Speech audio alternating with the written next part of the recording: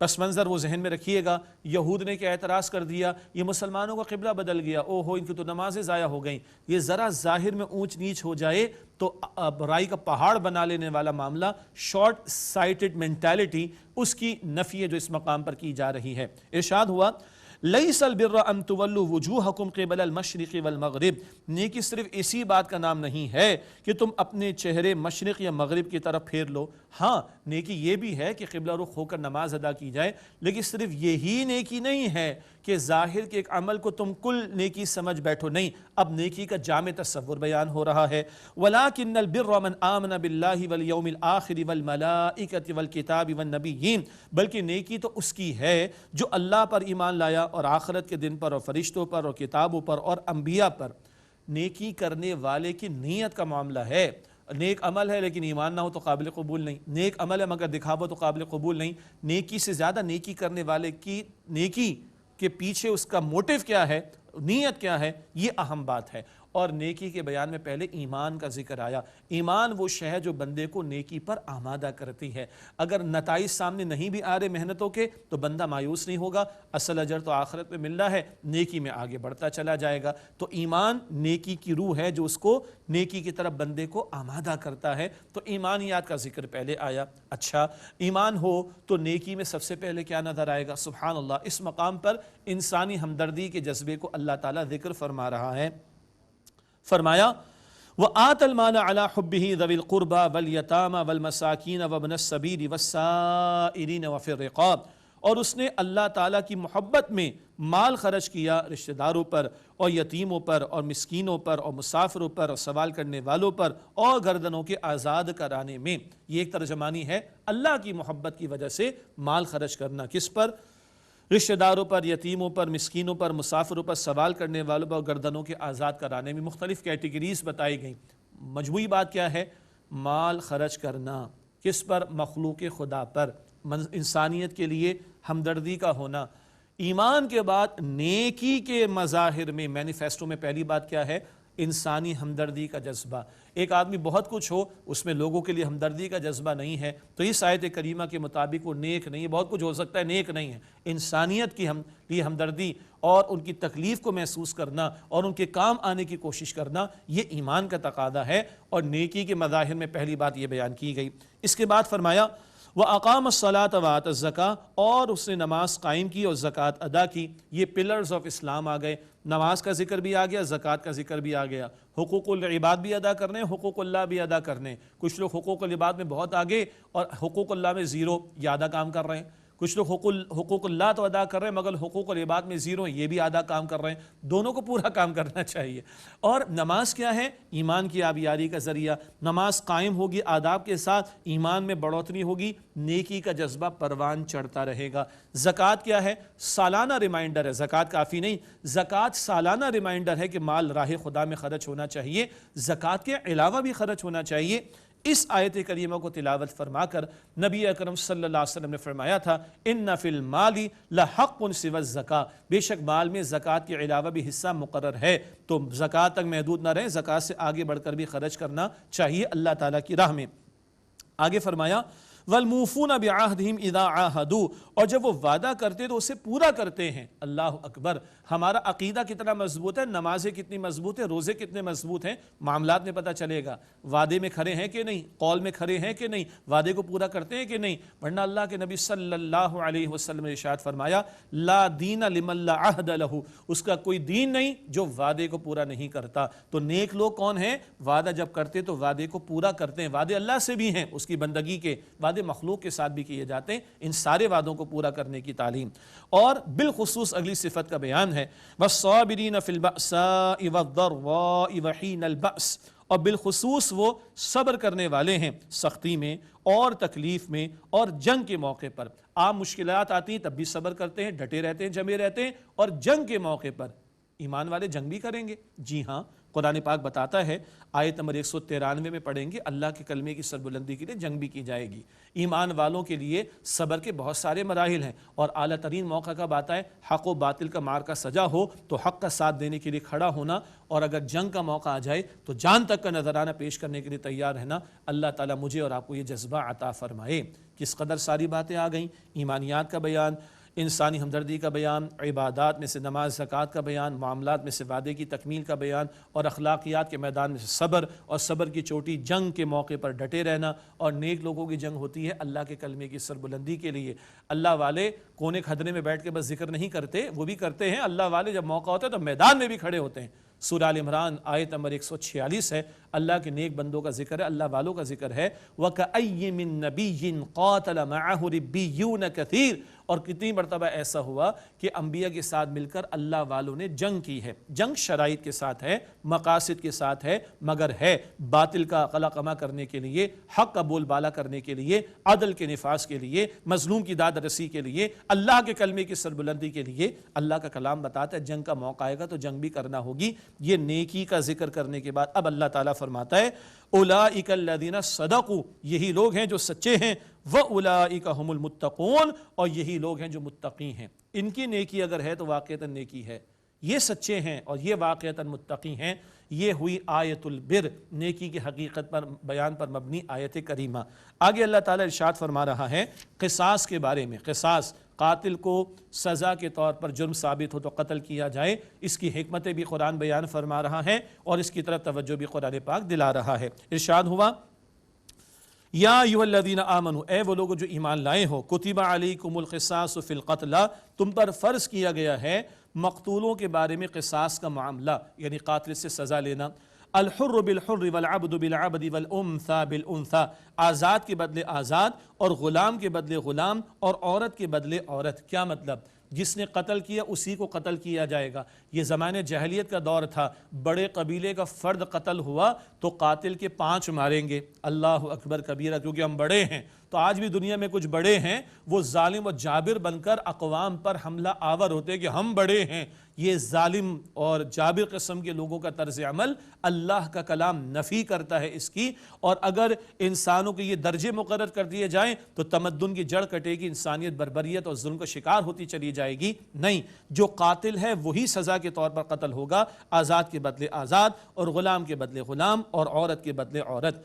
ہاں، جہاں قصاص کا تقاضا ہے وہیں معافی کی گنجائش بھی عطا کی گئی، لیکن معافی کی گنجائش مقتول کے وارثوں کا حق ہے، یہ حکمرانوں کا حق نہیں ہے، مقتول کے وارثوں کا حق ہے۔ فَمَنْ عُفِيَ لَهُ مِنْ أَخِيهِ شَيْءٌ فَاتِّبَاعٌ بِالْمَعْرُوفِ وَأَدَاءٌ إِلَيْهِ بِإِحْسَانٍ، پس جسے اس کے بھائی کی طرف سے کچھ معاف کر دیا جائے تو وہ معروف طریقے کے مطابق پیروی کرے، یعنی معافی اگر دی جا رہی ہے تو خوں بہا ادا کرے۔ اور کتنا پیارا لفظ اللہ تعالیٰ قرآن پاک میں لایا، من اخی، اس کے بھائی کی طرف سے۔ ارے سارے انسان تو ہو، اور اگر مسلمان ہے تو ایمان کے رشتے سے تم بھائی بھائی بھی ہو۔ ایک اپیل ہے، ایک بڑا پیارا انداز ہے معافی کی طرف توجہ دلانے کا۔ کیا پیارا توازن اللہ کا دین عطا فرما رہا ہے، ایک طرف سزا کے نفاذ کا تقاضا بھی، اور ایک طرف معافی کی گنجائش بھی اس مقام پر عطا کی جا رہی ہے۔ تو جسے اس کے بھائی کی طرف سے کچھ معاف کر دیا جائے تو معروف طریقے کے مطابق پیروی کرے، وَأَدَاءٌ إِلَيْهِ بِإِحْسَانٍ، اور اسے اچھے طریقے سے ادا کرے، جس کو بلڈ منی کہا جاتا ہے، خوب بہا ادا کرنا ہوگا۔ ذَلِكَ تَخْفِيفٌ مِّن رَبِّكُمْ وَرَحْمَةٌ، یہ تمہارے رب کی طرف سے رعایت اور رحمت ہے کہ چلو ایک جان تو چلی گئی، دوسری تو نہ جائے۔ قاتل کو معاف کر دیا گیا تو وہ اس کے لیے تخفیف ہے، آسانی اور رحمت ہے، البتہ وہ خوں بہا بلڈ منی کو ادا کرے مقتول کے ورثاء کو۔ فَمَنِ اعْتَدَىٰ بَعْدَ ذَلِكَ فَلَهُ عَذَابٌ أَلِيمٌ، پس جس نے اس کے بعد زیادتی کی تو اس کے لیے دردناک عذاب ہے۔ ارے بھئی معاف کر دیا، خوں بہا لے لیا، اب تو قاتل سے دشمنی نہ کرو، یا قاتل کو معافی دی جا رہی مقتول کے ورثاء کی طرف سے تو وہ لے تو لال نہ کرے بلکہ ادا کرے خوں بہا کو، زیادتی کوئی بھی نہ کرے۔ فرمایا کہ جو اس کے بعد بھی زیادتی جس نے کی فَلَهُ عَذَابٌ أَلِيمٌ، تو اس کے لیے دردناک عذاب ہے۔ یہ تو ہوا معافی کی گنجائش کا معاملہ، لیکن جہاں معافی کا معاملہ نہیں ہے وہاں قصاص کا حکم لاگو ہوگا۔ جرم ثابت ہو جائے تو وقت کی اتھارٹی کے تحت ایگزیکیوشن کا معاملہ ہوگا، قاتل کو سزا کے طور پر قتل کیا جائے گا۔ اس حکم کو قصاص کا حکم کہا گیا ہے، اور اس کی حکمت اللہ تعالیٰ بیان فرما رہا ہے اگلی آیت کریمہ میں۔ ارشاد ہوا وَلَكُمْ فِي الْقِصَاصِ حَيَاتٌ يَا أُولِي الْأَلْبَابِ لَعَلَّكُمْ تَتَّقُونَ، اور اے عقل والو تمہارے لیے قصاص کے حکم میں زندگی ہے تاکہ تم بچ سکو۔ کیا زندگی ہے؟ اگر اس سزا کا نفاذ کا فیصلہ ہے اللہ کی طرف سے اور لوگوں کو معلوم ہے تو لوگ قتل کرنے سے بچیں گے، جان بچ گئی نا۔ اور اگر جس نے قتل کیا اس کو سزا دی جائے گی اور علی الاعلان سزا دی جانی چاہیے تو کروڑوں لوگوں کو عبرت ہوگی، کوئی قتل کرنے کی جرت نہیں کرے گا، زندگی مل جائے گی۔ ہاں کہ نا؟ جی آج لوگوں کا حال کیا ہے؟ ان کو قاتلوں سے، لٹیروں سے، چوروں سے، ڈاکوؤں سے بڑی ہمدردی، بیچارہ قتل ہو جائے گا، بیچارے چور کے، بیچارہ چور، بیچارہ قاتل، جس کو قتل کیا اس کے ورثاء کا تمہیں کوئی لحاظ نہیں، جس کا مال لوٹا تمہیں اس کا کوئی پاس نہیں۔ آج عجیب لوگ ہیں جن کو ظالموں، جابروں، چوروں، ڈاکوؤں، قاتلوں سے ہمدردی ہے۔ اللہ فرماتا ہے کہ نہیں، اس قصاص کے حکم میں تمہارے لیے کیا ہے؟ زندگانی ہے، اور لوگوں کی جانیں محفوظ رہیں گی۔ اور یہ نہ ہو تو پھر دشمنیوں کا دائرہ بڑھتا چلا جائے گا، آج اس نے اس کو قتل کیا، وہ اس کا بھائی اس کو قتل کرے گا، اس کا چچا اس کو قتل کرے گا، نہ ختم ہونے والا سلسلہ رہے گا۔ نہیں، قصاص کے حکم میں کیا ہے؟ زندگانی ہے۔ لعلکم تتقون، تاکہ تم بچ سکو۔ یہاں بچنے سے مراد قتل و غارت گری سے اور تباہی سے بچ سکو۔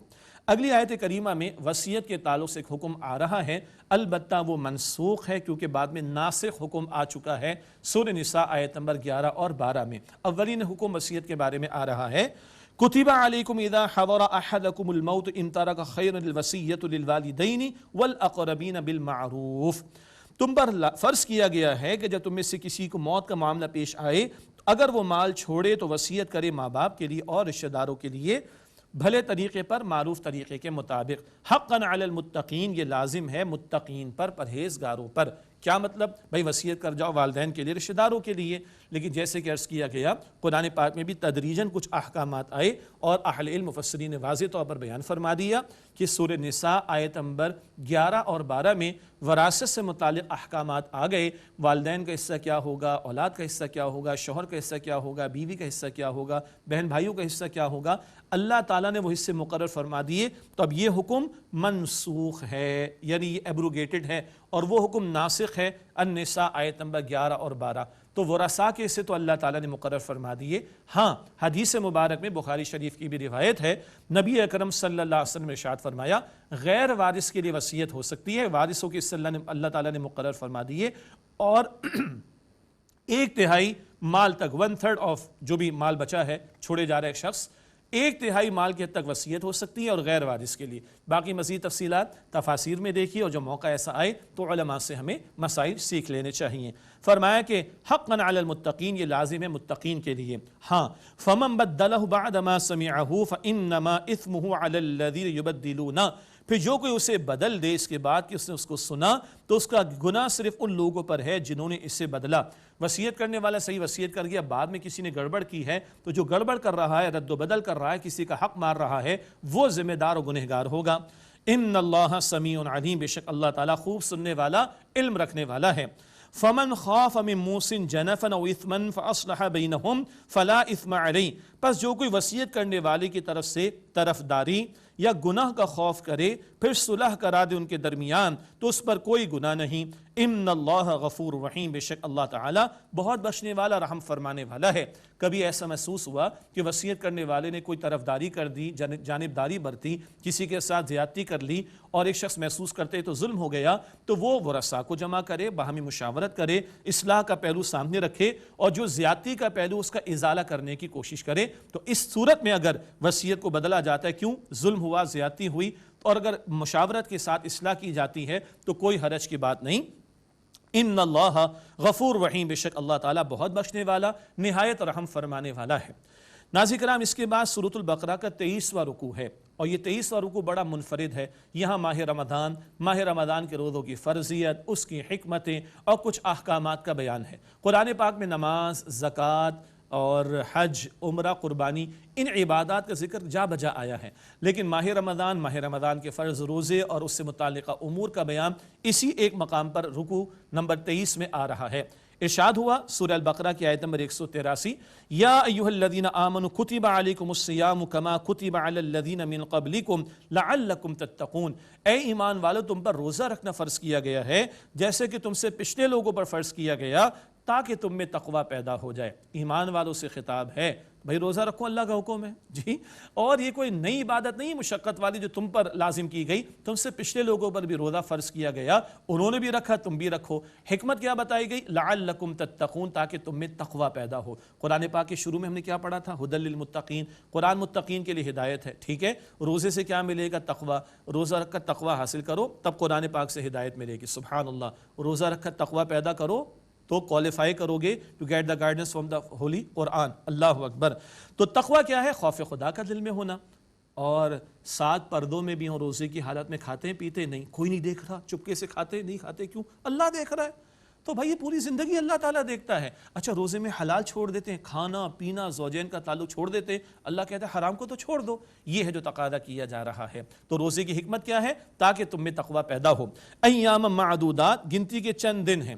ہاں روزے کی فرضیت بھی گریجولی آئی، مشہور رائے جو مفسرین نے بیان فرمائی اس کے مطابق اول ہر مہینے میں 3 روزے لازم کیے گئے اول، اور رمضان کے روزوں کی فرضیت کا ذکر آیت نمبر 185 میں بعد میں آئے گا۔ تو اول ہر مہینے کے 3 روزوں کی فرضیت لازم کی گئی، اور اس میں بھی کچھ رعایتیں عطا کی گئیں، یہ ان کی طرف اشارہ ہے۔ ایام معدودات، گنتی کے چند دن ہیں۔ فمن کان منکم مریضا او علی سفر، پس تم میں سے جو کوئی بیمار ہو یا حالت سفر میں ہو، فعدۃ من ایام اخر، تو گنتی پوری کرے بعد کے دنوں میں۔ وعلی الذین یطیقونہ فدیۃ طعام مسکین، اور ان پر کہ جو طاقت رکھتے ہیں اور روزہ مراد نہیں رکھنا چاہ رہے، ایک نادار کو کھانا کھلانا ہوگا فدیے کے طور پر۔ یہ ایک رائے کے مطابق ترجمہ جو امت کے اکثر علماء نے ترجمہ و تشریح کی ہے۔ اول یہ آپشن تھا کہ اچھا روزہ نہیں رکھ رہے چلو فدیہ دے دو، لیکن آگے ترغیب دلائی گئی کہ روزہ رکھنا ہی بہتر ہے۔ کیوں؟ آگے رمضان شریف کے روزوں کی فرضیت آیا چاہتی ہے۔ فرمایا کہ فمن تطوع خیرا فہو خیر اللہ، پر جو خوشی سے کوئی نیکی کرے تو اس کے لیے بہتر ہے۔ وَأَن تَصُومُوا خَيْرٌ لَكُمْ إِن كُنتُمْ تَعْلَمُونَ، اور اگر تم روزہ رکھو تو یہی تمہارے حق میں بہتر ہے اگر تم جانتے ہو۔ تو ایک آپشن شروع میں دیا گیا، لیکن ترغیب دلائی گئی روزہ رکھنا ہی بہتر ہے۔ کیوں؟ ابھی ہر مہینے 3 ہے، بعد میں پورے 1 مہینے کے روزے آ رہے ہیں، اور وہ کون سا مہینہ؟ اگلی آیت کریمہ میں بتایا جا رہا ہے۔ اب رمضان کے روزوں کا بیان ہے فرضیت کے اعتبار سے۔ شہر رمضان الذی انزل فیہ القرآن، رمضان کا مہینہ وہ ہے جس میں قرآن کریم نازل کیا گیا۔ ھدی للناس وبینات من الھدی والفرقان، یہ ہدایت ہے تمام لوگوں کے لیے، اور اس میں ہدایت کی روشن دلیلیں ہیں، اور فرقان ہے یعنی حق اور باطل میں فرق کر دینے والا کلام۔ سارے مہینے اللہ کے رمضان افضل کیوں ہے؟ قرآن پاک اس میں نازل کیا گیا، اور قرآن ہدایت کی کتاب ہے، ہدایت کے روشن دلائل بھی ہیں، اور یہ حق و باطل میں فرق کر دینے والا کلام ہے۔ تو اس ماہ مبارک میں قرآن پاک سے تعلق کی مضبوطی ضروری ہے، جیسے اللہ کے فضل سے ہم قرآن پاک کے سیکھنے سکھانے کے تعلق سے بسر کر رہے ہیں۔ فَمَن شَهِدَ مِنكُمُ الشَّهْرَ فَلْيَصُمْ، پس جو کہ تم میں سے اس مہینے کو پائے اس پر لازم ہے کہ اس کے روزے رکھیں۔ اب فرضیت آ گئی، اب یہ نہیں کہ ہاں ہٹے کٹے بھی ہو، کھاتے پیتے بھی تو چھوڑ دو، نہیں، اب تو روزے ہی رکھنا پڑیں گے۔ ہاں دین فطرت ہے، ایک آسانی اب بھی ہے۔ وَمَنْ كَانَ مَرِيضًا أَوْ عَلَى سَفَرٍ فَعِدَّةٌ مِّنْ أَيَّامٍ أُخَرَ، اور جو بیمار ہو یا سفر کی حالت میں ہو تو بعد کے دنوں میں گنتی پوری کر لے۔ بیماری ایسی کہ نقصان کا اندیشہ ہے، بیماری بڑھ جائے گی، جان کو خطر، چھوڑ دو، سفر مشقت والا ہوتا ہے، بعد میں قضا کرنا ہوں گے۔ اور ایسی خواتین کے جو مخصوص ایام کے معاملات ہیں، یا پریگننسی کا معاملہ، بچے کو فیڈ کرانے کا معاملہ، تفصیل ہے، ان کے لیے بھی گنجائش بعد میں قضا کرنی ہوگی۔ اللہ کا دین بڑا پیارا ہے، آسانیاں عطا کی گئیں۔ یرید اللہ بکم اليسر ولا یرید بکم العسر، اللہ تعالیٰ تمہارے لیے آسانی فرمانا چاہتا ہے، مشکل فرمانا نہیں چاہتا تو سارے سال کے روزے فرض کر دیتا، 1 مہینے کے فرض کیے، اس میں بھی بیماری، سفر اور دیگر امور کے اعتبار سے آسانی عطا کی گئی۔ البتہ یہ روزے کیوں رکھوائے جا رہے ہیں؟ بہت اہم بات، وَلِتُكْمِلُوا الْعِدَّةَ وَلِتُكَبِّرُوا اللَّهَ عَلَى مَا هَدَاكُمْ، اور تاکہ تم گنتی پوری کرو۔ ماہ رمضان میں سفر بیماری کی وجہ سے روزے رہ گئے، بعد میں گنتی پوری کرنا، یہ مشقت والی عبادت ہے، پوری کرائی جا رہی گنتی کیوں؟ وَلِتُكَبِّرُوا اللَّهَ عَلَى مَا هَدَاكُمْ، اور اللہ نے تمہیں جو ہدایت عطا فرمائی اس پر تم اللہ کی بڑائی بیان کرو۔ وَلَعَلَّكُمْ تَشْكُرُونَ، اور تاکہ تم شکر ادا کرو۔ یہ قرآن جیسی عظیم نعمت ملی، قرآن جیسا عظیم کلام ملا، اس ماہ مبارک میں ملا، اس پر اللہ تعالیٰ کی بڑائی بیان کرو، شکر ادا کرو۔ سبحان اللہ۔ کچھ آیات اور ہیں، آئندہ کی نشست میں اس سے متعلق گفتگو مزید ہمارے سامنے آئے گی، اسی پر اکتفا کرتے ہیں اور اللہ تعالیٰ کے حضور دعا کرتے ہوئے اس محفل کا اختتام کرتے ہیں۔ بسم اللہ الرحمن الرحیم اللہم صلی علی محمد وعلی آل محمد وبارک وسلم ربنا تقبل منا انک انت السمیع العلیم وتب علینا انک انت التواب الرحیم۔ یا اللہ ہم سب کی، ہمارے ماں باپ کی، ہمارے گھر والوں کی اور تمام مسلمانوں کی مغفرت فرما۔ اے اللہ ہماری عبادات کو اپنی بارگاہ میں قبول فرما، اخلاص عطا فرما۔ اے اللہ بالخصوص قرآن پاک سے تعلق کی مضبوطی عطا فرما۔ اے اللہ اس کی تلاوت، اس کو سمجھنے، اس کے احکامات پر عمل کرنے کی توفیق عطا فرما۔ اے اللہ ہمارے مرحومین کی مغفرت فرما، ہمارے تمام بیماروں کو ایمان کے ساتھ مکمل صحتیابی عطا فرما۔ اے اللہ اسلام و مسلمانوں کو عزت اور نصرت و غلبہ عطا فرما۔ اے اللہ ہماری صغیرہ کبیرہ تمام گناہوں کو بخش دے۔ اے اللہ ہم سب کے حساب کو آسان فرما۔ اے اللہ جہنم سے آزاد فرما دے۔ اے اللہ ہم سب کو جنت الفردوس عطا فرما۔ اے اللہ ہم سب سے راضی ہو جا۔ اے اللہ ہم سب سے راضی ہو جا۔ اے اللہ ہم سب سے راضی ہو جا۔ وصلی اللہ علی النبی الکریم وعلی آلہ واصحابہ اجمعین، آمین برحمتک یا ارحم الراحمین۔